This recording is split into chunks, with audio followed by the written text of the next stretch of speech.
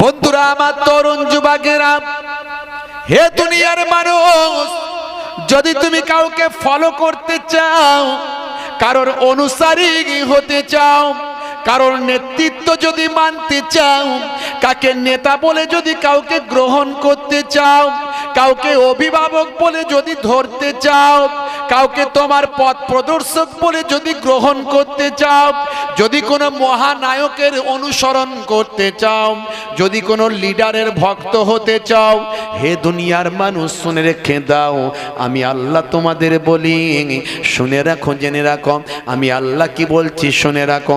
লাকাদ কানা লাকুম ফি রাসূলিল্লাহি উসওয়াতুন হাসানা, তোমাদের জন্য তোমাদের নবীর মধ্যে আছে উত্তম আদর্শ।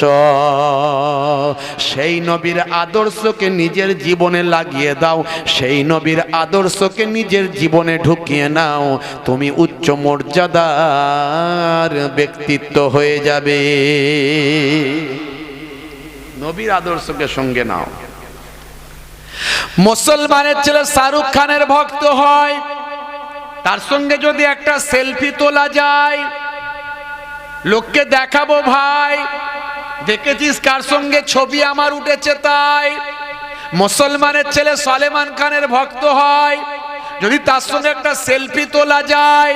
হে তরুণ যুবকেরা, হে আমার মুরব্বিয়ানেরা, হে জওয়ান যুবকেরা, শুনে রেখে দিন, জেনে রেখে দিন, যদি বিশ্ব নবীর ভক্ত হওয়া যায়, বিশ্ব নবীর যদি শিষ্য হওয়া যায়, আমার আল্লাহ বলছেন খায়রাত দুনিয়া ওয়াল আখিরা, নবী জানিয়ে দিয়েছেন দুনিয়াটাও তোমার ভালো হয়ে যাবে আর আখিরাতটাও ভালো হয়ে যাবে। বন্ধুরা আমার, তরুণ যুবকেরা আমার, হে আমার মুরব্বিয়ানেরা, হে জওয়ান যুবকেরা, শুনে রেখে দিন বাবা, আমার আল্লাহ আপনাকে আমাকে মানুষ হিসাবে পাঠিয়েছেন, কোন গরু গাধা করে নয়, ছাগল ভেড়া করে নয়, মানুষ হিসাবে পাঠিয়েছেন। মান থাকবে, হুঁশ থাকবে, বুদ্ধি থাকবে, বিবেক থাকবে, বোধ থাকবে, জ্ঞান থাকবে, প্রয়োগ থাকবে, সবকে নিয়ে মানুষ হয়ে যাবে। এই মানুষ তাকেই বলা হয় জানবো, যার মধ্যে জ্ঞান, বোধ, বিবেক, প্রয়োগ এইগুলো থাকবে, তবে সে মানুষ। এই মানুষকে আল্লাহ তাআলা গাইডলাইন দিলেন কোরআন মাজিদ, আর জীবন্ত গাইডলাইন দিলেন বিশ্ব নবী দো জাহানের বাদশাহ। হে দুনিয়ার মানুষ শুনে রেখে দাও, তোমরা যদি দুটো জিনিস ফলো করতে পারো, দয়ার নবী বললেন, এক নাম্বার হলো আল কোরআন, দুই নাম্বার হলো আমার হাদিস পাক। হে তরুণ যুবকেরা, অন্য জায়গায় আমার নবী বলছেন তারাকতু ফীকুম মা ইন আখাযতুম বিহি লান তাদিল্লু কিতাবাল্লাহি ওয়া ইতরাতি আহলা বাইতি। হে দুনিয়ার মানুষ শুনে রেখে দাও, একদিকে কোরআন এবং হাদিস, আর একদিকে কোরআন এবং আমার আহলে বায়াত। আমার আহলে বায়াতকে যদি ফলো করতে পারো, অনুসরণ করতে পারো, আমি রাসূলুল্লাহ বলি তোমাদের পদযুগল মজবুত হয়ে যাবে। যে জন্য ইমামে হুসাইন কারবালা ময়দানে শহীদ হয়েছেন। ইমামে হুসাইন যদি শহীদ না হতেন, সঠিক ইসলাম আমরা পেতাম না। সেই আহলে বায়াতের ভক্ত হয়ে যাও, হুসাইনিদের ভক্ত হও, এজিদিদের ভক্ত হইও না। বন্ধুরা আমার, তরুণ যুবকেরা আমার, হে আমার মুরব্বিয়ানেরা, হে তরুণ যুবকেরা, শুনে রেখে দিন বাবা, এই কোরআন মাজিদ হলো আপনার আমার গাইডলাইন। কোরআন মাজিদের মধ্যে আল্লাহ বলছেন, কি বলছেন? সূরা বাকারার মধ্যে প্রথমেই বলছেন জালিকাল কিতাব, মানে এই হাজাল কিতাব, এটা হলো সেই কিতাব লা রাইবা ফিহি, এতে কোনো সন্দেহ নাই, সন্দেহের অবকাশ নাই। হুদাল্লিল মুত্তাকিন, এটা মুত্তাকি বান্দারা এই কিতাব থেকে হেদায়েত প্রাপ্ত হয়। সেই কিতাবকে মিটিয়ে দেওয়ার জন্য সারা পৃথিবীতে চক্রান্ত চলছে, কথা ঠিক না ভুল? জোরে বলেন। সেই কেতাবকে সামনে রেখে মুসলমানদের হৃদয়ে ব্যথা দেবার, বেদনা দেবার চেষ্টা চলছে। কিন্তু মুসলমান নবীর আদর্শ ছেড়ে দিলে হবে না, মুসলমান উগ্র হয়ে গেলে হবে না। আপনারা দেখেছেন বাংলাদেশের ঘটনা, সেই কোরআন মাজিদ থেকে সূচনা, কোরআন মাজিদকে অবমাননা করা হয়েছে বলে দাঙ্গা হাঙ্গামা। হে তরুণ যুবকেরা, দাঙ্গা হাঙ্গামা করাটা ঠিক হয়নি, এটা ইসলাম সাপোর্ট করে না। কোরআন মাজিদের অবমাননা হয়েছে, তার প্রসেসিং অনুযায়ী আন্দোলন হতো, তার প্রসেসিং অনুযায়ী বিক্ষোভ হতো, তার প্রসেসিং অনুযায়ী অনশন হতো, তার প্রসেসিং অনুযায়ী ভাই আমার সরকারের কাছে স্মারকলিপি দেওয়া হতো, তার প্রসেসিং অনুযায়ী ভাই আমার যেটা যা করা দরকার করা হতো, থানায় ডেপুটেশন দেওয়া হতো, থানার সামনে গিয়ে অবস্থান বিক্ষোভ হতো, গণতান্ত্রিক পদ্ধতিতে আন্দোলনের দরকার ছিল। কিন্তু একজন অন্যায় করেছে, ধরা পড়ল, সে আবার মুসলমান। ভাই মুসলমান যদি হয় সে কখনো কোরআনের অবমাননা করতে পারে নাই। আমরা দাবি তুলেছিলাম নিশ্চয়ই 2 নম্বরই ভেজাল, মুসলমানের পেছনে কোনো শক্ত হাঁটি আছে, শক্ত কোনো ভাই আমার সাপোর্ট আছে, ভাই আমার কোনো 2 নম্বরই আছে, জালি আছে। হে তরুণ যুবকেরা, চক্রান্ত আছে, বড় ধরনের কোনো চক্রান্ত আছে। আমরা দাবি তুলেছিলাম ওই চক্রান্তকারীদের শাস্তি যেন হয়। হে তরুণ যুবকেরা, ধরা পড়ে গেল বাংলাদেশের ঘটনা, একটা অন্য দেশ, সেই দেশের ঘটনাকে সামনে রেখে ত্রিপুরার বুকে চক্রান্তকারীরা চক্রান্ত শুরু করে দিল। বোঝা গেল যে চক্রান্ত অনেক গভীর আছে। হে তরুণ যুবকেরা, যেমন বাংলাদেশের ঘটনায় আমরা সমালোচনা করেছি, ইন্ডিয়ার মুসলমানেরা তীব্র নিন্দা করেছেন, পথে নেমেছে, মানববন্ধন করেছে, বাংলাদেশ দূতাবাসের সামনে গিয়ে বিক্ষোভ করেছে। মুসলমানেরা বাংলাদেশের যে ঘটনা ঘটেছে তার বিরুদ্ধে তীব্র নিন্দা করেছেন, কারণ বাংলাদেশে আমার হিন্দু ভাইদের ভাই আমার ভাবাবেগে আঘাত করা হয়েছে, মণ্ডপে গিয়ে আঘাত করা হয়েছে, ঠাকুরের প্রতি গিয়ে আঘাত করা হয়েছে, ভাই আমার হিন্দু ভাইদের উৎসবকে নষ্ট করে দেওয়া হয়েছে, যেটা ইসলাম কখনো সাপোর্ট করে না। যারা করেছে তারা অপরাধী, অপরাধীদের কখনো ইসলাম সাপোর্ট করে না। হে তরুণ যুবকেরা, কিন্তু সেই ঘটনাকে সামনে রেখে ত্রিপুরার বুকে যেটা ঘটেছে এটাও কম অপরাধ নয়, এটা অনেক বড়ই অপরাধ। কারণ এটাও মসজিদ ভাই আমার ভেঙে দেওয়া হয়েছে, অনেক কোরআন মাজিদ পুড়িয়ে দেওয়া হয়েছে। হে তরুণ যুবকেরা, বহু মসজিদকে ধ্বংস করে দেওয়া হয়েছে, মাদ্রাসা ভেঙে ফেলা হয়েছে। ভাই আমার দোস্ত আমার, ত্রিপুরা সরকার বলছে তেমন কিছু ঘটেনি, কিন্তু ভিডিও ফুটেজ থেকে শুরু করে বড় বড় মিডিয়া থেকে শুরু করে এমনকি দেখা যাচ্ছে লন্ডনের মতো বড় বড় জায়গায় সেখানে ইন্টারন্যাশনাল নিউজ হয়ে যাচ্ছে। আজকে ভারতবর্ষের সম্মান, ত্রিপুরা সরকারের সম্মান ধুলোই মিশে যাচ্ছে। বাবা ভাই আমার, কঠিন শাস্তির দাবি জানাই। গতকালকে আমরা কলকাতার বুকে আমি নিজে থেকে ত্রিপুরা ভাই আমার দূতাবাসে গিয়ে ডেপুটেশন দিয়েছি, ডেপুটেশন দিয়ে সেখানে কর্তা ব্যক্তিদের সঙ্গে আলোচনায় বসেছিলাম। আপনারা দেখেছেন হয়তো, কালকে গেছিলাম। আজকের বিভিন্ন পত্রিকায়, ইংলিশ পত্রিকা থেকে শুরু করে, স্টেটমেন্ট থেকে শুরু করে, কলম থেকে শুরু করে বিভিন্ন নিউজে খবর হয়েছে, আপনারা দেখবেন হয়তো। ভাইরা আমার, কালকে কলকাতা ত্রিপুরা দূতাবাসে গিয়ে সেখানে কর্তা ব্যক্তিদের সঙ্গে আলোচনা করেছি যে এটা কিন্তু জঘন্য অপরাধ, অপরাধীদের শাস্তি চাই, আমরা অপরাধীদের শাস্তি চাই।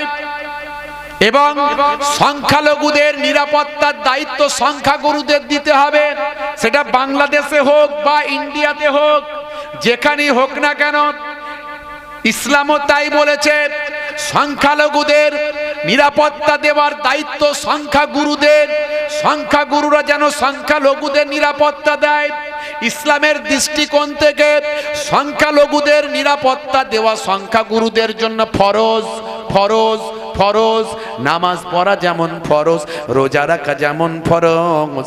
সংখ্যালঘুদের অধিকার থেকে বঞ্চিত না করে সংখ্যালঘুদের অধিকার রক্ষা করা, নিরাপত্তা দেওয়া ইসলামে ফরজ। এই জন্যই তো ইসলাম শান্তির কথা বলে।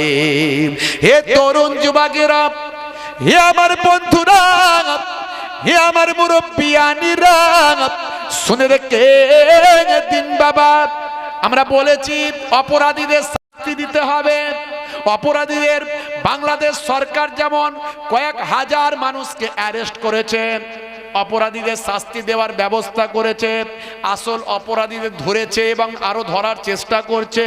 ত্রিপুরার বুকে আমার নবীকে নিয়ে গালিগালাজ করা হলো, আমার নবীকে ভাই আমার নবীর সম্পর্কে মিছিলে উত্তপ্ত ভাষা বলা হলো, আমার নবীকে অসম্মান করা হলো। এর বিরুদ্ধে আমরা তীব্র নিন্দা করি। নিন্দাটা হবে গণতান্ত্রিক পদ্ধতিতে, নিন্দাটা হবে সাংবিধানিক পদ্ধতিতে, যে পদ্ধতিতে আমরা ত্রিপুরার দূতাবাসে গিয়ে ডেপুটেশন দিলাম, এই রকম পদ্ধতিতে হবে। আমরা অপরাধীদের ভাই আমার অপরাধীদের অপরাধের কথা বলতে গিয়ে আমরা যেন কোনো অপরাধ না করে ফেলি। এটা ইসলাম বলেছে, সে অপরাধ করেছে বলে তুমিও যেন অপরাধ করবে না। আরে একটা যদি কোরআন তোমার পুড়িয়ে দেয়, কোরআন কি ধ্বংস হয়ে যাবে? জোরে বলেন হবে? কোরআন কি এমনই ছোট জিনিস? কোরআন কি এমনই ছোট একটা কিতাব? কোরআন কি এমনই ঠুনকো জিনিস যে তুমি একটা টুস্কি মারবে আর কোরআন ধ্বংস হয়ে যাবে? হে তরুণ যুবকেরা, কোরআন সম্পর্কে পৃথিবীর বড় বড় ওয়াথার পণ্ডিতেরা গবেষণা করেছে, কোরআন নিয়ে গবেষণা করেছে। ভাই আমার দোস্ত, আমার বিশ্বকবি রবীন্দ্রনাথ ঠাকুর কোরআন মাজিদ পড়েছেন এবং তিনি বলেছেন, আমি আমার দৃষ্টিকোণ দিয়ে দেখছি কবিতা। ভাই আমার কোরআন মাজিদ হলো একটা কবিতা সাহিত্যের গ্রন্থ। কি সুন্দর ছন্দ, কি সুন্দর ভঙ্গিমা, কি সুন্দরের তাল। আমি রবীন্দ্রনাথ ঠাকুর কবিগুরু, আমি পড়ে মুগ্ধ হয়ে গেলাম। হে তরুণ যুবকেরা, জাতীয়তাবাদের জনক নাম হলো তার রাজা রামমোহন রায়। নাম শুনেছেন? জাতীয়তাবাদের জনক রাজা রামমোহন রায় ব্রিটিশ সরকারের আমলে কোরআন মাজিদ তিনি পড়তেন এবং এত সুন্দর ব্যাখ্যা করতেন যে মৌলবীরা মৌলানারা ব্যাখ্যা করতে পারবে না। ভাই আমার ভাই আমার দোস্ত আমার, রাজা রামমোহন রায় এত সুন্দর পড়তেন এবং ব্যাখ্যা করতেন যে আমি আপনি নয়, কোনো মৌলানা নয়, ব্রিটিশ সরকার রাজা রামমোহন রায়কে মৌলানা উপাধি দিয়েছিলেন, মৌলবী উপাধি দিয়েছিলেন। রাজা রামমোহন রায় তিনি এত সুন্দর কোরআন মাজিদ ব্যাখ্যা করতেন, পড়তেন। বন্ধুরা আমার, তোরা তরুণ যুবকেরা আমার, আমি এর আগেও বলেছি, আজও বলছি, যখন আমেরিকার ওই পাদ্রী সাহেব কোরআন মাজিদ পড়াবে বলেছিল, বাংলাদেশের আমার এক হিন্দু ভাই, এটাই তো মানুষের পরিচয়। কোন হিন্দু ভাই যখন বিপদে পড়বে, কোন মুসলমান তার পাশে গিয়ে দাঁড়াবে, এটাই প্রকৃত সম্প্রীতি। লোক দেখানো সম্প্রীতি দেখিয়ে লাভ নাই। টুপি মাথায় দিলি সম্প্রীতি হয়ে যায় না, হাত তুলে মোনাজাত করলি সম্প্রীতি দেখানো হয় না, মণ্ডপের সামনে কোনো মুসলমান চলে গেলি সম্প্রীতি দেখানো হয় না, হিন্দু ভাইদের অনুষ্ঠানে গিয়ে হাজিরা দিলি সম্প্রীতি দেখানো হয় না। বরং আসল সম্প্রীতি হলো যখন কোনো হিন্দু ভাই বিপদে পড়বে, মুসলমান ভাই তার সাহায্য সহযোগিতা করবে। কোনো মুসলমান ভাই বিপদে পড়বে, হিন্দু ভাই তার সাহায্য সহযোগিতা করবে। এর নাম প্রকৃত সম্প্রীতি, আর এর নাম হলো হিউম্যানিটি। হে তরুণ যুবকেরা, বাংলাদেশের ওই শিল্পী এক হিন্দু ভাই আমার, বিখ্যাত শিল্পী, নাম হলো মিস্টার নকুল কুমার বিশ্বাস। এর আগে আমি বলেছিলাম, আজও বলছি, তিনি কবিতা লিখেছিলেন। ভাই আমার একজন কবি মানুষ এবং শিল্পী মানুষ। তিনি কবিতা লিখে ভাই আমার ওই আমেরিকার পাদ্রীকে চ্যালেঞ্জ করে বলেছিলেন, যদি আগুন লেগে ধ্বংস হয়ে যায়, ধ্বংস হয়ে যায়, যদি আগুন লেগে ধ্বংস হয়ে যায় পৃথিবীর সব বইয়ের দোকান, তবু বিশ্ব থেকে হারাবে না পবিত্র কোরআন। জোরে হবে না? আরে জোরে হবে না? কোথায় ত্রিপুরার একটা ছোট মিছিল থেকে কিছু মানুষ নবীকে গালাগালি করে দিল, তো এটা আমাদের হয়তো দুঃখ লাগবে, কষ্ট লাগবে, তো এ নিয়ে আমাদের মাথা ঘামানোর দরকার নাই। এ নিয়ে আমরাও কি তাদের ধর্মগুরুদের গালাগালি করবো নাকি? সে গালাগালি করেছে বলে আমরা কি রামকৃষ্ণ দেবকে গালাগালি করবো? আমরা কি বিবেকানন্দ জিকে গালাগালি করব? না, বিবেকানন্দ জিকে আমরা রেসপেক্ট করি। He is great person, he is great man, একজন বিখ্যাত মনীষী। আমরা শ্রী রামকৃষ্ণ পরমহংসদেরকে আমরা সম্মান করি। তারা আমার নবীকে সম্মান করতে না পারে, কিন্তু আমরা সম্মান করি। এটাই হলো প্রকৃত মুসলমানের দায়িত্ব, এটাই হলো প্রকৃত ইসলাম। জোরে বলো, জোরে হবে না? যদি আগুন লাগে ধ্বংস হয়ে যায় পৃথিবীর সব বইয়ের দোকান, তবু বিশ্ব থেকে হারাবে না পবিত্র কোরআন। জোরে হবে না? আর জোরে হবে না? করবে কেমন করে কোরআন ধ্বংস আগুনেরও তেজ, করবে কেমন করে কোরআন ধ্বংস আগুনেরও তেজ, আছে বিশ্বে ভরা অগণিত কোরআনে হাফেজ। জোরে হবে না? তারা আবার ছাপি আসমানি গ্রন্থ, তারা আবার ছাপি আসমানি গ্রন্থ, বাঁচাবে ইসলামের সম্মান, তবু বিশ্ব থেকে হারাবে না পবিত্র কোরআন। জোরে হবে না? কোরআন মাজিদ আল্লাহ নাজিল করেছেন, নাহানু নাযালনা যিকরা ওয়া ইন্না লাহু লাহাফিজুন। এই কিতাব আমি আল্লাহ নাজিল করেছি, আর হেফাজতের দায়িত্বটা আমি আল্লাহই গ্রহণ করেছি। কোরআন মাজিদকে অপমান করলে কোরআন মাজিদের কিছু যায় আসে না। আমার নবীকে অপমান করলে 200 কোটি মুসলমান আমরা দুঃখ পাই, কিন্তু আমার নবীর কিছু যায় আসে না। আমার নবী শিখিয়েছে, যে অপমান করবে তুমি তাকে অপমান করতে যেও না, তার ধর্মকে অপমান করবে না, তার ভাই আমার মহাপুরুষকে তুমি অপমান করবে না, বরং সম্মান করবে। এটাই হলো আমার শিক্ষা। জোরে বলুন সুবহানাল্লাহ। বন্ধুরা আমার, তরুণ যুবকেরা আমার, হে আমার মুরব্বিয়ানেরা, হে তরুণ যুবকেরা, হে আমার বন্ধুরা, আমার আপনার নবী দোজানের বাদশা পৃথিবীর জমিনে বদলা নিতে আসেননি। ইসলামে যতগুলো যুদ্ধ হয়েছে, লড়াই হয়েছে, সব কটা ছিল প্রতিরোধমূলক যুদ্ধ। আগে বেড়ে কারোর উপর আঘাত করার নয়। যারা আগে বেড়ে কারোর উপর আঘাত করেন তারা প্রকৃত বিশ্বনবীর শিষ্য হতে পারে না। যে সমস্ত মুসলমান আগে বেড়ে কাউকে মারতে যায়, এরা রাসূলের নির্দেশের বহির্ভূত কাজ করল, আসলে এরা প্রকৃত বিশ্বনবীর শিষ্য নয়। প্রকৃত বিশ্বনবীর শিষ্য হলো ভাই আমার, দোস্ত আমার, যুদ্ধ ইসলামে আছে, কিন্তু যুদ্ধগুলো কেমন যুদ্ধ? প্রত্যেকটা যুদ্ধ হলো প্রতিরোধমূলক যুদ্ধ। সেই যুদ্ধের নবী সেনাপতিত্ব করেছেন। 26 থেকে 27টি যুদ্ধের বিশ্বনবী সেনাপতিত্ব করেছেন, এবং প্রত্যেকটি যুদ্ধ হয়েছে প্রতিরোধমূলক যুদ্ধ। আমার আল্লাহ সব কটা যুদ্ধতেই বিশ্বনবীর পাশে থেকে আমার আল্লাহ নবীকে জয়লাভ দিয়েছে, নবী শিখিয়ে দিয়েছে। বন্ধুরা আমার, তরুণ যুবকেরা আমার, হে আমার মুরব্বিয়ানেরা, হে আমার বন্ধুরা, শুনে রেখে দিন ভাইরা, বিশ্বনবীকে আল্লাহ জানিয়ে দিয়েছেন, হে নবী বলে দিন, ওমা আরসালনাকা ইল্লা রাহমাতাল লিল আলামিন, আমি সারা আলমের জন্য, সারা কুল কায়নাতের জন্য গজব হিসাবে নয়, বিপদ হিসাবে নয়, আমি সারা কুল কায়নাতের জন্য রহমত হিসাবে, দয়া হিসাবে এসেছি।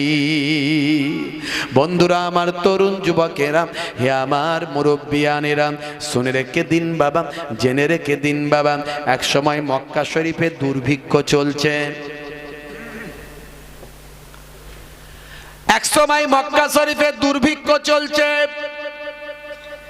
এই দুর্ভিক্ষের সময় হে তরুণ যুবকেরা, মানুষ অনাহারে দিন কাটাচ্ছে, মানুষ অর্ধাহারে দিন কাটাচ্ছে।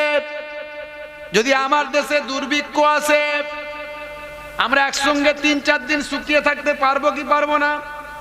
সবাই বলেন পারবো না, পারবো না। বলেন পারবো না, পারবো না। পারবেন? সবাই পারবেন না মারা যাবেন? পারবেন না মারা যাবেন?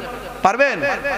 যারা রোজা রাখে, হে তরুণ যুবকেরা শুনে রেখে দেন, যারা 1 মাস ধরে বছরে রোজা রাখে তাদের 3-4 দিন শুকিয়ে থাকা কোনোই অসুবিধা নাই। বিশ্বনবী আমার দেখলেন, হাই রে হাই, হে তরুণ যুবকেরা, মক্কার বুকে দুর্ভিক্ষ শুরু হয়ে গেছে, পানি নাই ভাই আমার দোস্ত আমার, ফসল নাই, খাদ্য নাই, সব জ্বলে পুড়ে শেষ হয়ে গেছে, মানুষ অনাহারে দিন কাটাচ্ছে, ওয়ার্দাহারে দিন কাটাচ্ছে। দয়ার নবীও আমার অনাহারে দিন কাটাচ্ছেন, ওয়ার্দাহারে দিন কাটাচ্ছেন। হে তরুণ যুবকেরা, আল্লাহর নবী যদি খাদ্য চাইতেন, বিশ্ব নবীর ভাই আমার এমন ফলোয়ার্স ছিল, এমন ফলোয়ার্স ছিল, এমন ভালোবাসার মানুষ ছিল, এমন ধনী সাহাবী ছিল যারা নবীকে খাবার দিয়ে দিতেন, নবী পেট পুড়ে ঘুরে বেড়াতেন। কিন্তু আহারে নবী আমার চাননি, নবী আমার সে খাবার খেতে চাননি, কারণ নবীর চিন্তা আমার ওই ধনী সাহাবী খাবার দিলে আমি খেয়ে নেব, আমার ছেলে মেয়েরা নাতিরা পোতারা খেয়ে নেবে, কিন্তু আমার কোটি কোটি, আমার লক্ষ লক্ষ গরিব সাহাবী আছে, গরিব উম্মত আছে, তারা আজ অনাহারে দিন কাটাচ্ছে, ওয়ার্দাহারে দিন কাটাচ্ছে, তাদের ছেড়ে আমি নবী কেমন করে পেট পুড়ে খেয়ে ঘুরে বেড়াই। দয়ার নবী।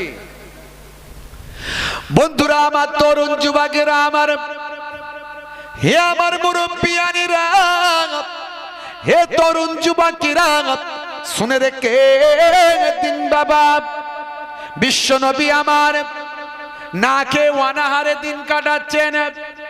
ভাই আমার দোস্ত আমার, খোঁজ খবর নেওয়ার জন্য বেটি ফাতেমার ঘরে গেছেন। বেটি ফাতেমাকে নবী আমার অনেক ভালোবাসেন, কথা ঠিক না ভুল? বেটি ফাতেমাকে নবী আমার অনেক ভালোবাসেন। ইসলামে নারীদের অনেক সম্মান দেয়া হয়েছে, হয়েছে না হয়নি? জোরে বলেন। নবী বলেছেন, ফাতেমা আমার কলিজার টুকরা, যে ফাতেমাকে কষ্ট দিল সে যেন আমি রাসূলুল্লাহকে কষ্ট দিল। নবী আমার যখন বাইরে কোথাও যেতেন, সবচেয়ে শেষে ফাতেমার সঙ্গে দেখা করতেন, আর নবী আমার যখন বাইরে থেকে আসতেন, সবচেয়ে প্রথমে ফাতেমার সঙ্গে দেখা করতেন। একটু শুনে রাখেন কথাগুলো, কাজে লাগবে। অনেকে মেয়ে হলে মনটা খারাপ হয়ে যায়, ছেলে হলে মিষ্টি নিয়ে দৌড়ায়, আছে না নাই? আমাদের সমাজে এখনো এই কুসংস্কার আছে না নাই? মেয়ে হলে মনে মনে করে কি ঝামেলা রে বাবা, আবার বিয়ে ফিয়ে দিতে হবে, অনেক টাকা খরচা হবে। আর ছেলে হলে মনে করে বিয়ে দিলে ইনকাম হবে, এদিকে খরচা হবে ওদিকে ইনকাম। ভালো লাইন ধরেছে, বুঝতে পারছি। হিসাব ছিল আলাদা। মেয়ে বিয়ে করে আনার সময় মোহর দিয়ে টাকা মিটিয়ে আনার কথা, এরা টাকা মিটিয়ে আনার জায়গায় টাকা নিয়ে আনছে। বলছে কি নিবি রে, কি নিবি? তোর তো বিয়ে শুনলাম, কি নিবি? বলছে পালসার গাড়ি নেবো। উড়িষ্যা। তোর তো ওজন 40 কেজি, পালসার গাড়ি 1 কুইন্টালেরও বেশি, তুই চালাতে পারবি? বলছে হ্যাঁ, লেংচে লেংচে চালিয়ে ফেলবো। বুঝতে পারছে? এই তো অবস্থা। লোভ কোন জায়গায় গেছে মানুষের। আজ এত কেন বিপদে পড়েছি আমরা? হাই রে হাই মুসলমান, রাগ করবেন না বাপ। মুসলমানের ছেলে মিলাদুন নবীতেও যায়, মুসলমানের ছেলে দোয়া খায়রেও হাজিরা দেয়, মুসলমানের ছেলে চাঁদাও তোলে মিলাদুন নবীর জন্য ভাই। মুসলমানের ছেলে ঈদগাহে ফাঁসকাতারেও যায়, মুসলমানের ছেলে কোনো মাওলানা দেখলে আসসালামু আলাইকুম দেয়, মুসলমানের ছেলে ঈদের নামাজ পড়ে মায়ের পায়ে কদম বসিও করে দেয়, মুসলমানের ছেলে ঈদের দিনে চোখে সুরমা লাগিয়ে নেয়, মুসলমানের ছেলে ফতোয়া দেয় ঈদের দিনে যেন একটু খুশবু লাগানো হয়, খুশবু টসবু লাগিয়ে নিল, চোখে সুরমা পরে নিল, সেবই লাচ্চা খেয়ে নিল। রাত্রে 9টা বাজলে আবার মুসলমানের ছেলে চিনু মিনু টিনু সব বাঁশবাগানের ঝাড়ে পুকুরের পাড়ে গিয়ে 2 ফাইল চালিয়েও দেয়। আছে না নাই? আসলে ওরা ফার্স্ট গিয়ারে গাড়ি এগোতে চায়, কিন্তু গাড়ি ব্যাক গিয়ারে পেছন দিকে যায়। এমন একটা গাড়ি আছে না নাই? কি গাড়ি বলেন তো? কি গাড়ি? পালসার গাড়ি না, গাড়িটা পরিবেশবিদরা সার্টিফিকেট দিয়েছে পলিউশনলেস। গাড়িটার 3টে চাকা, ভিতরটা ফাঁকা। পরিবেশবিদরা সার্টিফিকেট দিয়েছে পলিউশনলেস। পাশ দিয়ে যখন যায় কোনো আওয়াজ পাবেন নাই।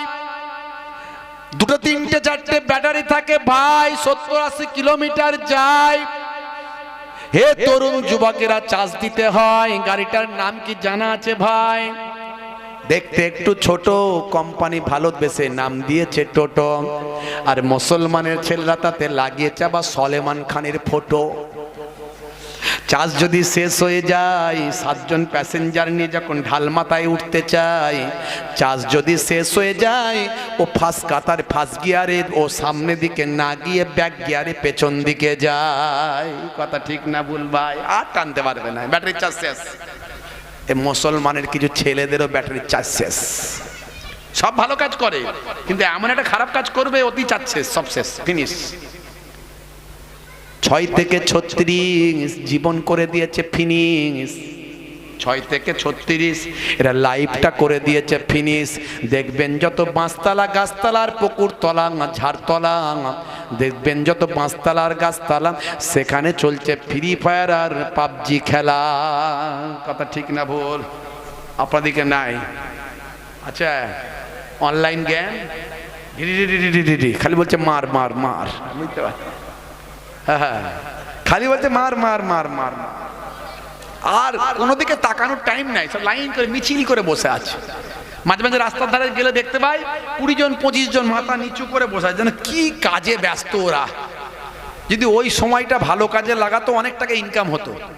ওই ইনকাম না করে মনের শান্তি দেওয়ার জন্য খেলে খেলে ইনকাম নষ্ট করছে। হে তরুণ যুবকেরা, হে আমার বন্ধুরা, আমি এর আগেও বলেছিলাম ফ্রি ফায়ার পাবজি খেলা হারাম। আজও বলে দিয়ে যাচ্ছি, অনলাইন গেম খেলা হারাম। যদি বলে হুজুর সেদিনে বলেছিলেন, আপনি অ্যাডাম আর ইভ নিয়ে ওয়াজ করেছেন, সবাই শুনেছেন। কথা ঠিক না ভুল? শোনেননি আপনারা? শোনেননি?